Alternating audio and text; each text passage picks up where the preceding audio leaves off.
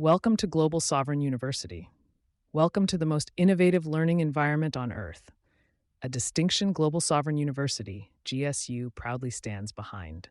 GSU is a completely free educational platform designed for everyone, whether you are a homeschooled student, a traditional classroom learner seeking advanced tools, or an adult dedicated to lifelong learning. Because every individual learns differently, we have completely eliminated the one-size-fits-all approach. The magic of six and the land of the free. For every book we offer, GSU employs a multifaceted learning framework we call the magic of six and the land of the free. 1. Video summaries, a concise, narrated visual walkthrough covering the first of the book's 12 chapters. 2. Audio podcasts, full, read-aloud audio versions of the initial chapter. 3. Educational games, score-based, repetitive learning games that ensure education feels like play. You can log in 24/7 and pick up exactly where you left off. 4. Free digital books, downloadable digital copies of the complete books to keep at absolutely no cost. 5. Gino the AI Tutor, a dedicated, patient artificial intelligence tutor you can converse with at any time of day or night.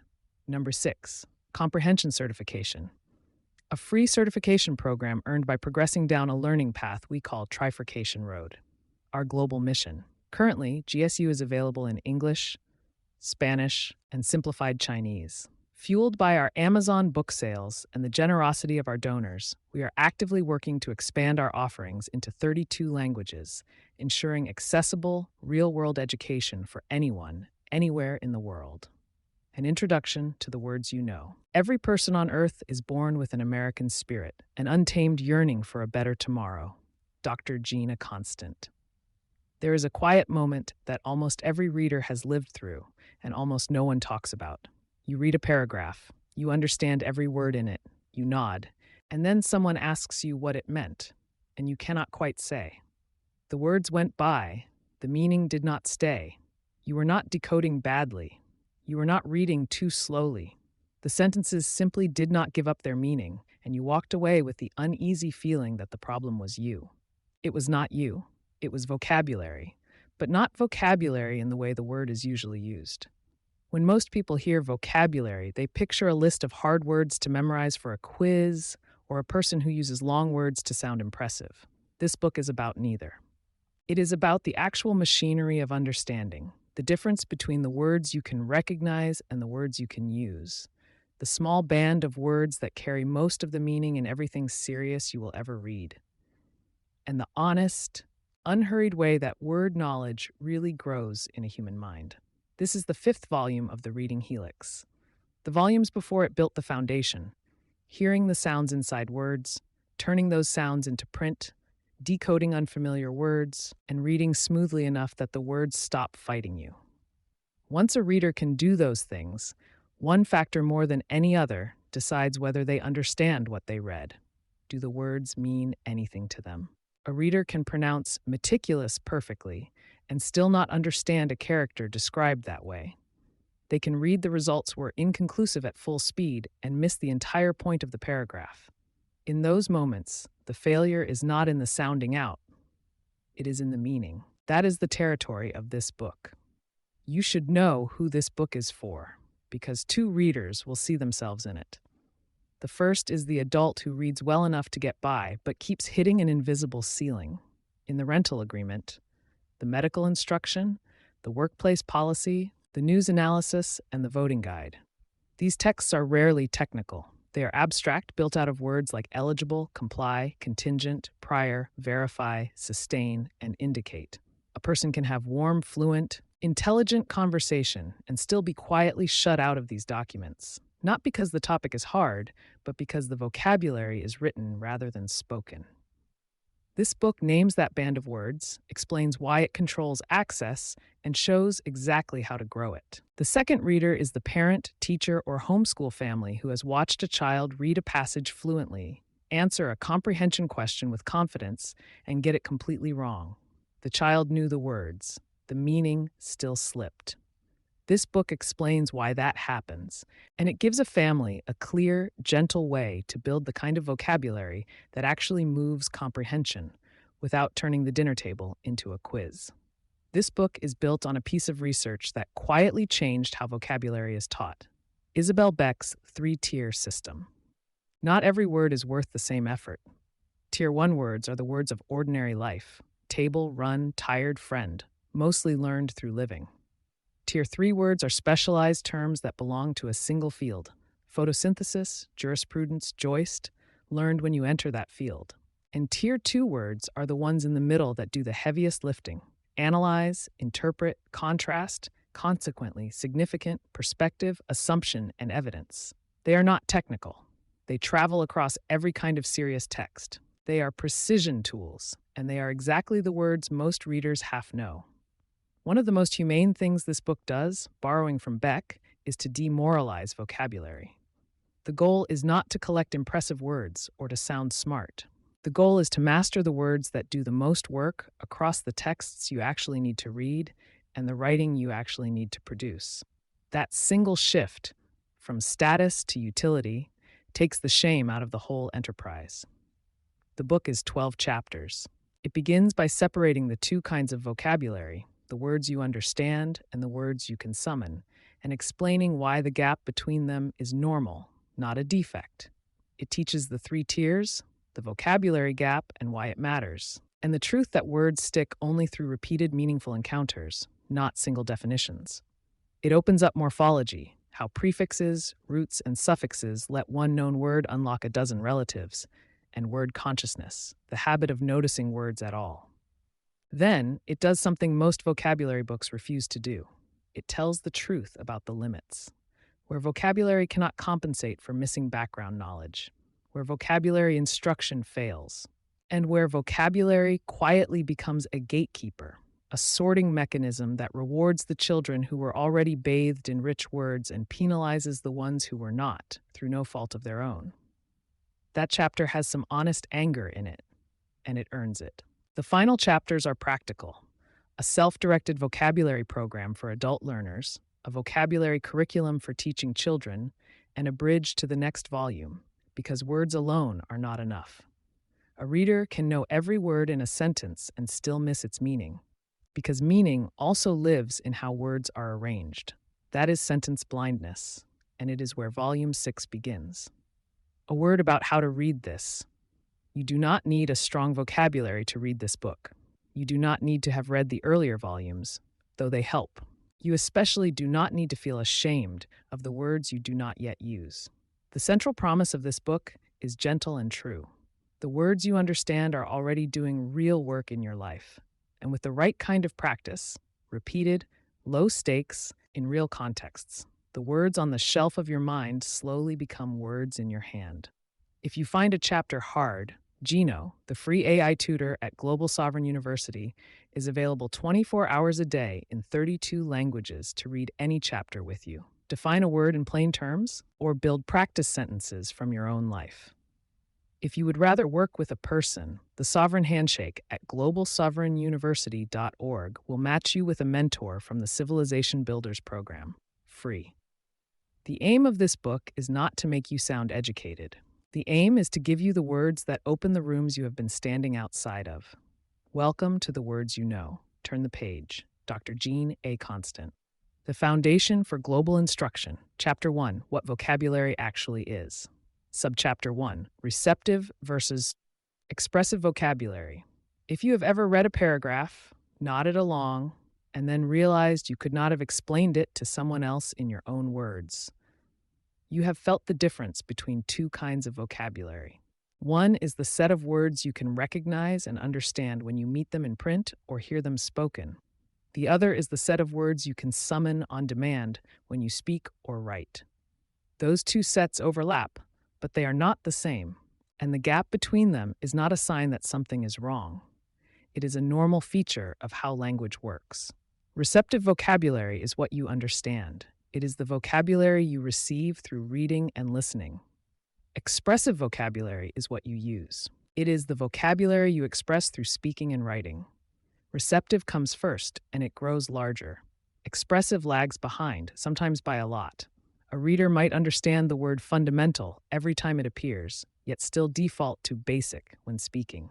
They might recognize reluctant instantly in a novel, but say, I don't really want to in conversation.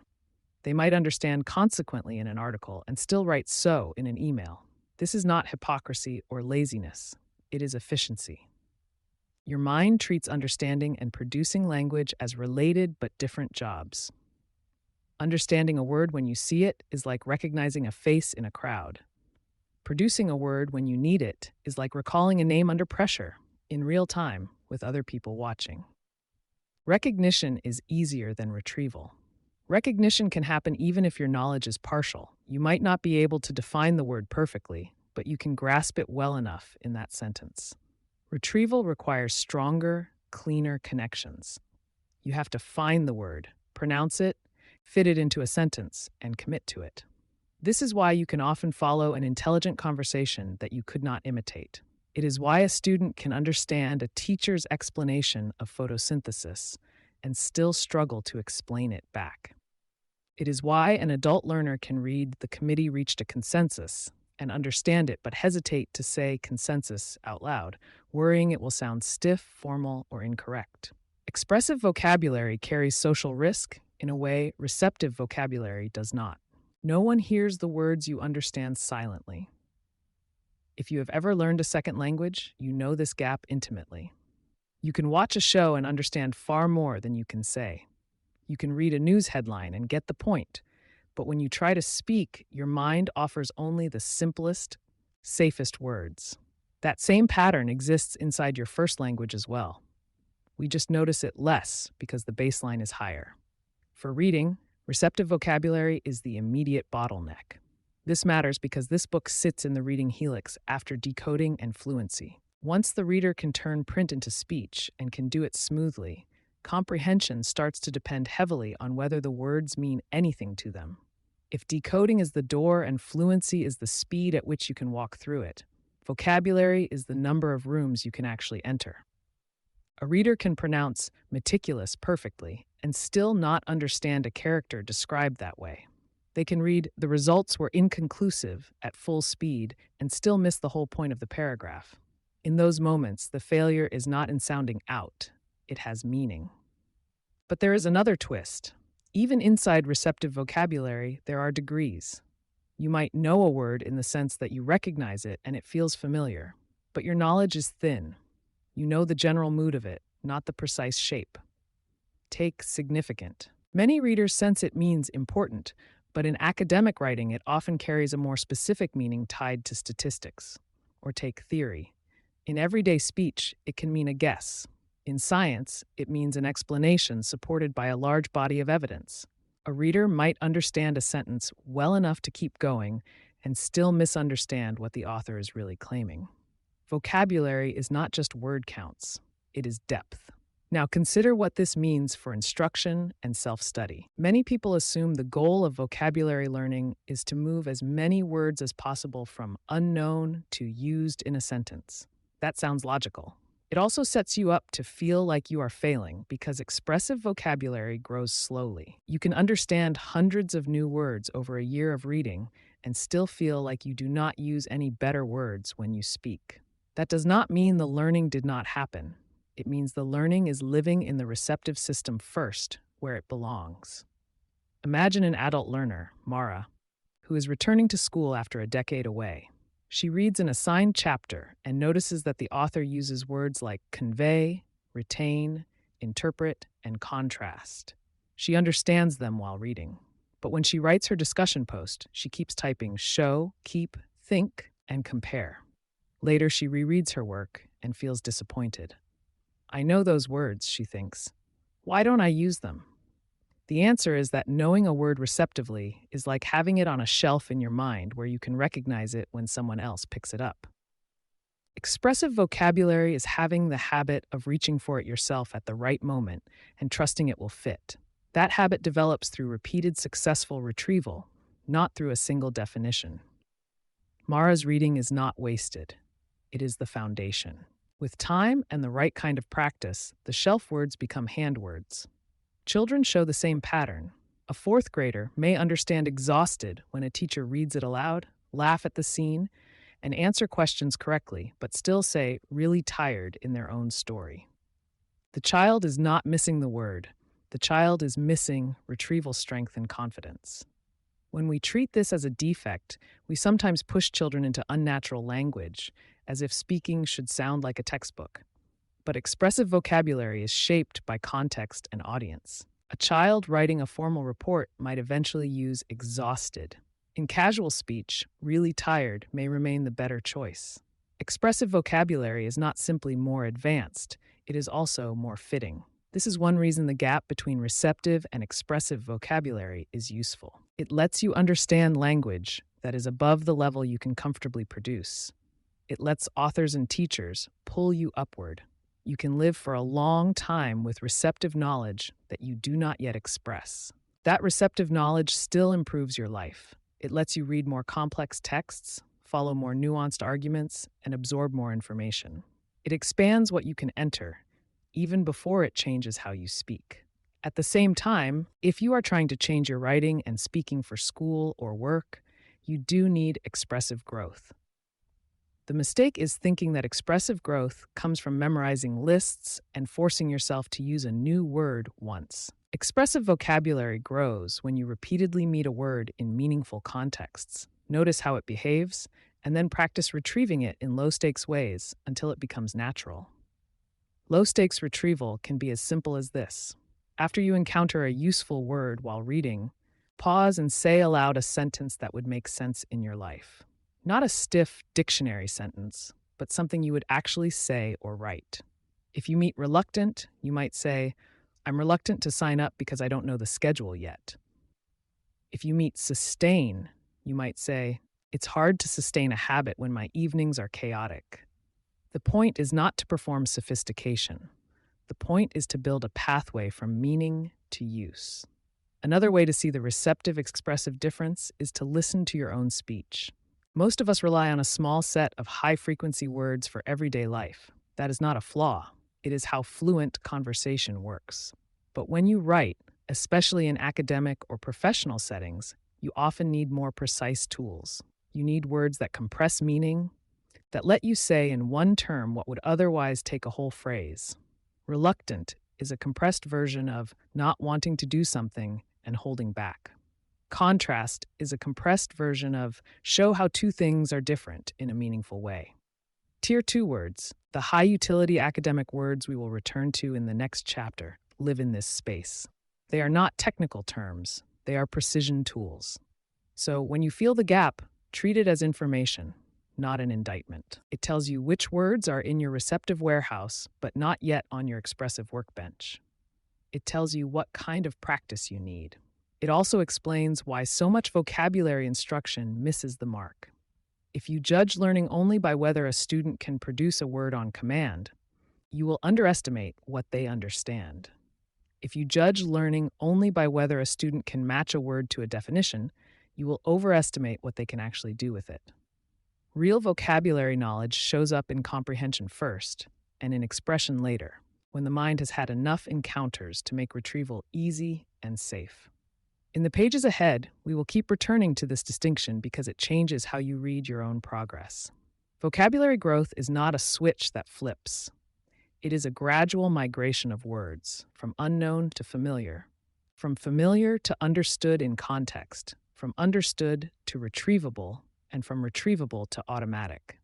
Receptive vocabulary is the leading edge of that migration, and it is the edge that most directly determines how much you can understand when you read. Expressive vocabulary is the trailing edge, and it is the edge that changes how you sound when you speak and write. Both matter. But if you want to understand what vocabulary actually is, you begin by separating what you recognize from what you can reliably use. Once you can name the two systems, receptive and expressive, you start to see why the gap between them matters. Not because the gap is bad, but because it explains a lot of confusion that learners, parents, and teachers carry around for years. The first confusion is emotional. People often judge their vocabulary by what they can produce on demand. If I can't say it, I don't know it. That feels reasonable until you notice how much of your daily competence depends on recognition rather than recall. You recognize hundreds of faces you could not name. You recognize melodies you could not hum perfectly. You recognize routes you could not describe turn by turn. Language works the same way. The words you understand are already doing real work in your life, even if they are not yet the words you reach for when you speak. That matters for motivation. Think of Mara, returning to school after 10 years away, reading convey, retain, interpret, and contrast in her assigned chapter. Subchapter 2, Bridging the Gap, Why Differences Matter. If she evaluates her growth only by whether those words appear in her discussion post, she will conclude she is stuck. But if she evaluates her growth by whether she can follow the argument in the chapter, whether she can track distinctions, or whether she can tell what the author is doing with evidence, she will see progress quickly. The receptive gains show up first, and they show up where school actually measures you most often: reading comprehension, not spontaneous speech. The second confusion is educational. Many classrooms and many self-study plans treat vocabulary as if the goal is immediate production. A student is given a list, asked to copy definitions, and then told to use each word in a sentence. This seems like a bridge from recognition to use, but it often becomes a performance of shallow knowledge. Learners produce stiff, unnatural sentences that prove only that they can force the word into a grammatical slot. I was reluctant to eat my dinner. The fundamental rule is to be nice. These are not wrong, but they do not demonstrate the kind of understanding that helps you read, write, and think. They are often disconnected from any meaningful context, so the word never attaches to a rich network of ideas. Bridging the gap requires understanding what you are bridging toward. The real difference is not simply "I know it" versus "I can say it." The deeper difference is between vague familiarity and usable precision. When you meet a word like significant, you might feel you know it because you can paraphrase it as important. But when a research article says the results were not statistically significant, important is the wrong meaning. The bridge you need is not from silence to speech. It is from a fuzzy sense to a clear one. That kind of clarity is built by repeated exposure in varied contexts, the very thing most vocabulary instruction fails to provide. The gap also matters because it affects how we interpret assessments. A child might not use the word exhausted in their own story and still understand it perfectly when the teacher reads it aloud. An adult might not choose consequently in an email and still understand it instantly in a contract. If we only measure expressive use, we underestimate what the learner understands. If we only measure definition matching, we overestimate what the learner can do with the word in real reading. A learner can memorize a definition long enough to pass a quiz and still stumble when the word appears in a new sentence with a slightly different meaning. This is one reason vocabulary can feel slippery. People think they either know a word or they do not, when in reality, word knowledge is layered. You can recognize it, you can get the general idea, you can understand it in familiar contexts, you can define it, you can use it correctly, you can use it flexibly. You can hear it with irony or in a metaphor or in a technical argument and still keep your footing. Each layer is a different kind of knowing, and each layer takes time. So why bridge the gap at all? If receptive vocabulary is the leading edge and it already improves comprehension, why not leave expressive vocabulary alone? Because life demands expression in the places that matter most for opportunity. Reading is private. You can look up words, reread, and hide confusion. Writing and speaking are public. They are evaluated, they are graded, they decide whether you sound credible in a meeting, whether your email is taken seriously, whether your job application reads as professional, or whether your argument in a community meeting sounds coherent rather than scattered. This is where vocabulary becomes a gatekeeper, a theme we will confront directly later in the book. For now, it is enough to say that bridging the receptive-expressive gap is not about sounding fancy. It is about having access to the register of language that school and many professions expect. You can hear this difference in the simplest pairs: show versus demonstrate, use versus employ, keep versus retain, think versus infer, help versus facilitate. These Tier 2 words, the high-utility academic words we will explore in Chapter 2, compress meaning. They let you write with precision and efficiency. They also carry the tone that academic and professional environments often reward. If you can read them but never use them, you can understand a textbook but struggle to produce a paper that sounds like it belongs in that world. At the same time, bridging the gap should not mean replacing your natural voice with a parade of formal words. Many learners make this mistake when they become self-conscious. They begin to overreach. Mara might force consequently into every paragraph or use fundamental, where basic would be clearer. A child might sprinkle moreover and therefore into a narrative that would be better served by simple and so. Bridging the gap is not a costume change. It is learning to choose the tool that fits the job. A useful way to think about it is range. The goal is not to abandon Tier 1 words. The goal is to add Tier 2 options so you can move along the spectrum of formality and precision. In casual conversation, "I don't really want to" may be the best phrasing. In a workplace email, "I'm reluctant to commit until I confirm the schedule" may be clearer and more appropriate. The bridge is not from simple to advanced. It is from only one setting to many settings. And bridging is possible because the mind is already doing half the work for you. Every time you understand a word in context, you strengthen a network. The word's typical neighbors, the situations it appears in, the tone it carries, the kinds of claims it makes. This is why reading widely is not just exposure, it is construction. Your brain is quietly building the scaffolding for later expressive use. When Mara hesitates to write contrast but understands it while reading, she is closer than she thinks. She has the concept. She has seen the word behave in sentences. What she lacks is retrieval strength and confidence. Confidence matters more than people admit. Expressive vocabulary carries social risk. When you say a word out loud, you can mispronounce it. You can use it slightly wrong. You can sound as though you are trying too hard. Many adults have been corrected, mocked, or subtly judged for word choices, especially adults who are re-entering school or working in environments where they feel watched. Children feel this too, especially in peer groups, so they retreat to the safest words, the words that will never draw attention. This is not laziness, it is self-protection. Bridging the gap, then, is partly technical and partly emotional. Technically, you need repeated varied encounters and low-stakes retrieval practice, the kind we hinted at earlier when we suggested pausing to say a real sentence from your own life.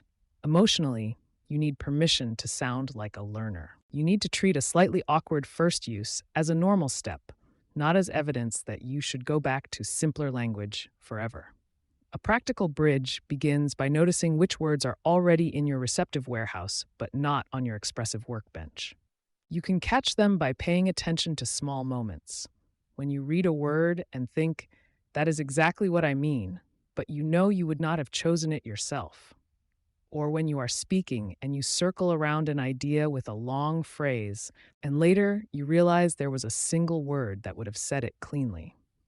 Those moments are not failures. They are signals. They identify the next words as most worth strengthening because the meaning is already there. For a child, a bridge might look like hearing "exhausted" in a read-aloud, laughing at the scene, and then later, when they are tired after soccer practice, a parent says, "You look exhausted." And the child says, "Yeah, exhausted," and the word takes one step forward. For Mara, the bridge might be reading "interpret," and then in a low-stakes note to herself writing, "My interpretation is that the author thinks stress affects memory." Not to impress anyone, just to practice placing the word where it belongs.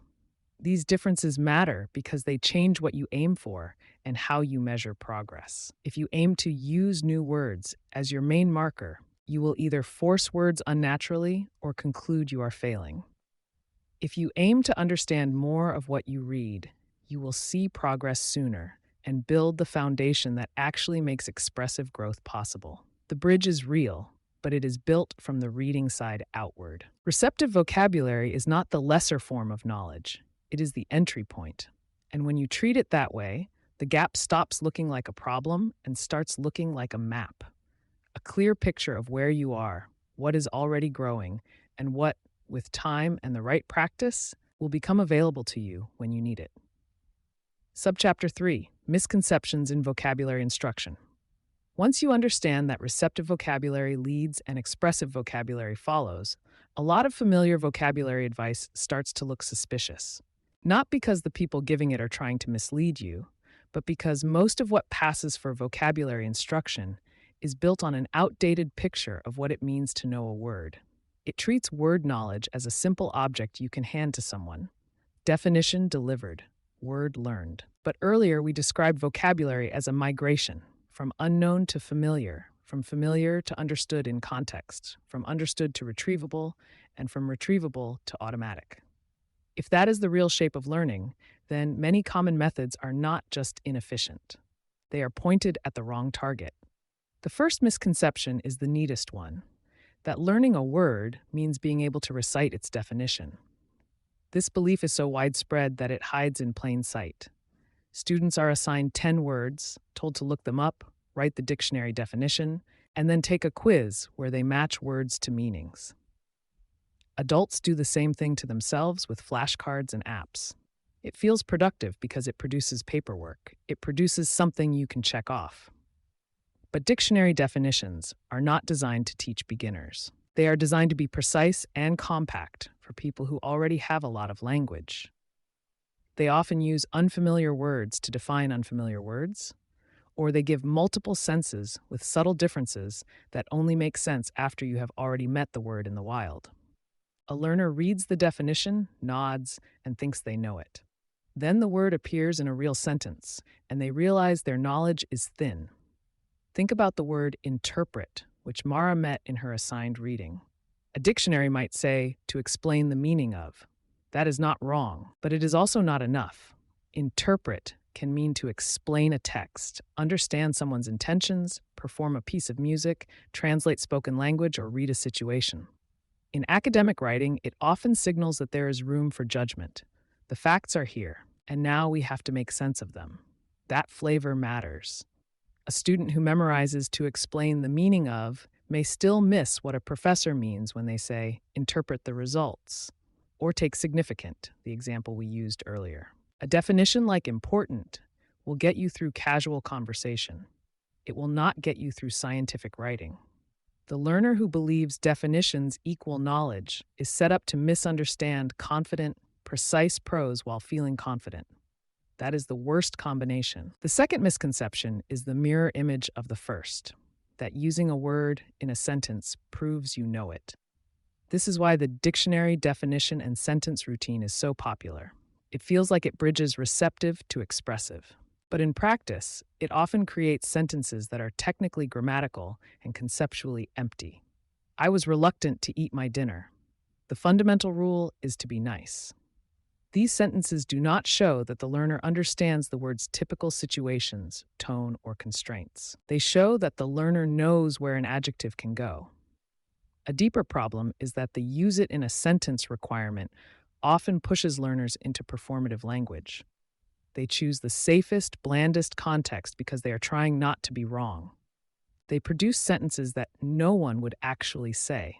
That is not a moral failure. It is what you do when you are being evaluated. Notice how different that is from the low-stakes retrieval we talked about earlier. When Mara reads sustain and pauses to say, it's hard to sustain a habit when my evenings are chaotic, she is doing something fundamentally different from writing. I will sustain my pencil. One is practice in meaning. The other is practice in compliance. The third misconception is that vocabulary is mainly a list problem. If you can just cover enough words, comprehension will take care of itself. This is where word of the day calendars and weekly word lists quietly mislead people. They assume vocabulary growth is like collecting stamps. 1 word per day, 1 definition per word, and after a year you have 365 new tools. But word knowledge does not accumulate that neatly. Without repeated encounters, most words evaporate. Without context, many words never attach to anything useful. More importantly, comprehension does not fail because readers lack random words. It fails because readers lack the particular words that carry the meaning in that kind of text. Academic language relies heavily on Tier 2 words, the high-utility words that show up across subjects: analyze, contrast, sustain, infer, interpret, and formulate. These are not rare, but they are not everyday conversation either. They do a specific kind of work. They signal relationships, claims, degrees of certainty, and logical movement. A random word of the day might teach you gargantuan or effervescent. Those are fun.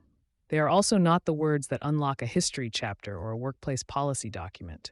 The list problem misconception makes people spend time polishing words that rarely pay rent. The fourth misconception is that vocabulary instruction should target what is easiest to teach and easiest to test. What is easiest to test is a word-to-definition match. What is easiest to teach is a quick explanation. What is easiest to grade is a worksheet. So that is what schools and programs often do. But what is easiest is not what is most powerful. Earlier we said vocabulary knowledge is layered. A worksheet can touch the thinnest layer, recognition of a definition. It rarely builds the deeper layers. Knowing the word's typical collocations, the words it tends to travel with, its register, formal, informal, or technical, its shades of meaning, and its behavior across contexts. Those layers are what you need for reading comprehension. They are also what you need to write and speak with precision later. A child can pass a vocabulary quiz on Monday and still not understand the same words on Wednesday in a new story. An adult can study flashcards and still feel lost reading an editorial because the problem is not that the word is unknown. The problem is that the word is known in a thin, brittle way. The fifth misconception is a particularly harmful one for adult learners, that good vocabulary is synonymous with fancy words. This misconception creates two traps. The first trap is avoidance. Adults who have been judged for their language often decide, consciously or not, that using unfamiliar words is dangerous. They stick to the smallest safe set. This keeps expressive vocabulary from growing, not because the adult is incapable, but because the social cost feels too high. We touched on this earlier when we said expressive vocabulary carries risk. The fancy words misconception amplifies that risk by framing Tier 2 language as pretension rather than as precision. The second trap is overreach. A learner tries to sound academic and begins using words slightly wrong or in places where simpler language would be clearer. This can lead to correction and embarrassment, which then feeds avoidance. It is a painful loop. You try, you stumble, you retreat.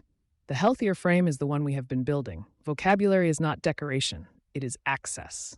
A word like contrast is not fancy, it is efficient. It lets you name a thinking move. A word like retain is not showing off, it is exact. It distinguishes keeping information in memory from simply keeping something in your pocket. When you treat words as tools rather than status symbols, practice becomes less emotionally loaded. You are not trying to become a different person. You are trying to become more precise when the situation requires it. A sixth misconception, common in well-meaning instruction, is that you can teach vocabulary without teaching word learning. This is subtle. Many programs focus on delivering words, but do not teach the learner how to continue building vocabulary on their own. The student is dependent on the teacher's list. The adult is dependent on the app's algorithm. But vocabulary growth is lifelong. No course can preload your brain with everything you will ever need. The real goal is to teach the process. How to notice unknown words, how to use context without guessing wildly, how to confirm meaning, how to track and revisit words, how to strengthen retrieval. In other words, you do not just need more words. You need more word learning skills. That is where this book is headed in part 2. Repeated exposure in context, morphology, and word consciousness. Those are the engines of vocabulary growth. Without them, instruction becomes a temporary performance that fades after the test. And finally, there is the misconception that vocabulary is separate from reading, as if it can be built in a side room. It is tempting to believe this because it fits school schedules, 10 minutes of vocabulary, then reading. But vocabulary is not an add-on to comprehension. It is one of the main ingredients of comprehension. Words are not labels attached to ideas. Words are the handles you use to pick ideas up and move them around. When a text uses the word consequently, it is not merely showing off. It is telling you that a cause and effect relationship is coming. When a text uses however, it is telling you to pivot. When it uses fundamental, it is telling you to look for a base principle. These are reading signals. This is why the biggest misconception of all is the belief that vocabulary instruction is mainly about memory. It is more accurate to say it is about attention. Attention to words as you read. Attention to how they work. Attention to the differences between near synonyms. attention to tone, attention to the way meaning shifts across contexts. Memory follows attention, but attention has to come first. If you want a practical way to see these misconceptions in action, listen for the moment when you or a child you are teaching says, "I know that word." Then ask a gentler follow-up question. What does it mean here? Not what is the definition, but what is the author doing with it in this sentence? That single question reveals the difference between thin knowledge and functional knowledge. It also reinforces the most important correction to all the misconceptions above. Words are learned in use. Mara does not need to become the kind of person who sprinkles formal words into casual conversation. She needs to become the kind of reader who notices interpret and understands what is being asked of her, and the kind of writer who can reach for interpretation when that is the precise tool. A fourth grader does not need to sound like a dictionary. They need repeated, meaningful encounters with words like exhausted until those words become part of how stories make sense. The good news is that once you stop chasing the wrong targets, vocabulary instruction becomes simpler and more humane. It stops being a weekly ritual of short-term memorization and starts being what it always should have been: guided attention, repeated exposure, and practice that respects the way words actually take root.